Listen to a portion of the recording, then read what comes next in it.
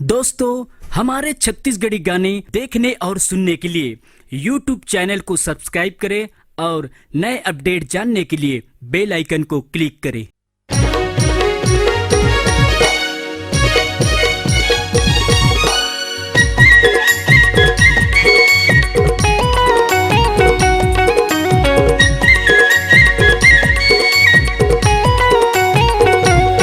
डोंगर गाढ़ीन वो तुला अकेले मा पाते हो, राम गाढ़ीन वो तुला अकेले मा पाते हो। तुरी रेंगना काटा साही जाना थे, तुरी रेंगना वो काटा साही पीरा थे। डोंगर गढ़िया गा मोला अकेले मा पाते, बेलसपुरिया गा मोला अकेले मा पावे।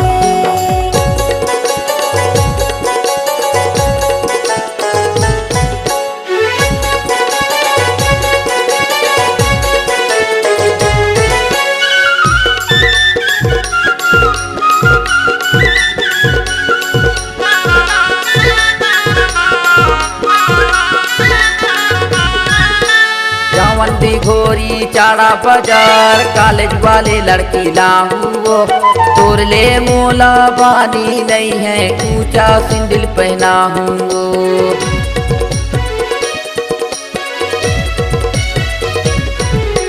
जावन दे घोरी चाड़ा बाजार कॉलेज वाले लड़की लाऊंगो, तोरले मोला बानी नहीं है ऊंचा सिंदल पहना हूँ। तोरले मोला बानी नहीं है ऊंचा सिंदल पहना हूँ। आनी बानी के खाई खजाना, आनी बानी के खाई खजाना, तोला मैं खवाऊँ तोला मैं खवाऊँ।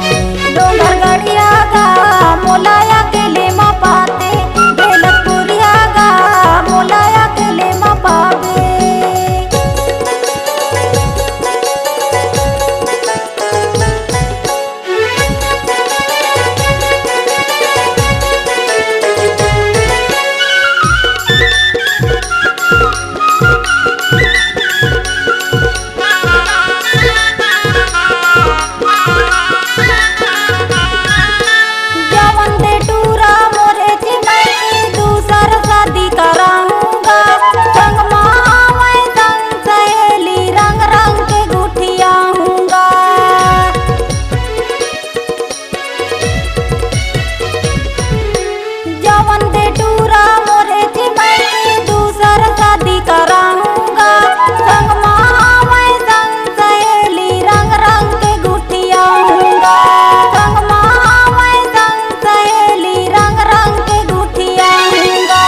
पप्पू भैया के गाड़ी मतोला, पप्पू भैया के गाड़ी मतोला, बैठार के ले जाऊँ बैठार के तोला ले जाऊँ। डोंगर गढ़िया गा मोला अकेले मा पाते, बेलसपुरिया गा मोला अकेले मा पावे।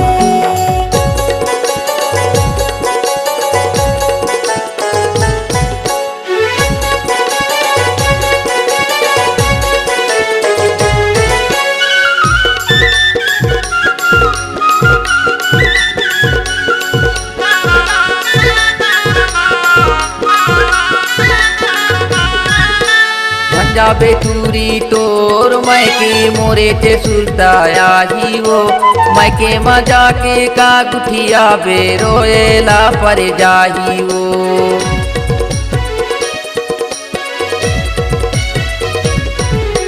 झंझा बेटूरी तोर मैके मोरे ते सुरताया ही वो, मैके मजा के का गुठिया बेरोएला पर जाही वो।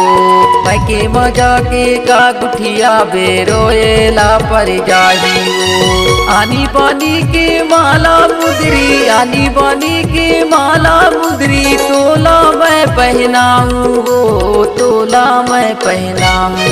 डोंगर गढ़िया गा मोला अकेले मा पाते, बेलसपुरिया गा मोला अकेले मा पावे। डोंगर गाढ़ीन वो तुला अकेले मा पाते हो, राम गाढ़ीन वो तुला अकेले मा पाते हो। डोंगर गढ़िया गा मोला अकेले मा पाते, राम बेलसपुरिया गा मोला अकेले मा पाते हो।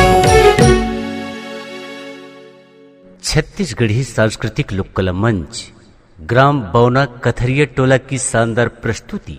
सूर मधुर गायक मानिकलाल समरदैया, गायिका जयमती चपुड़िया की मधुर आवाज में। इस संस्था का अध्यक्ष है महासिंह चपुड़िया और संगीत को सजाते हैं समारू चपुड़िया, जिसका सहयोगी कलाकार है जितेंद्र बघेल, प्रेम झनकार रठुरिया, राजू रठुरिया, धर्म सिंह बुंदरिया। हमारा संपर्क नंबर है 9174275069।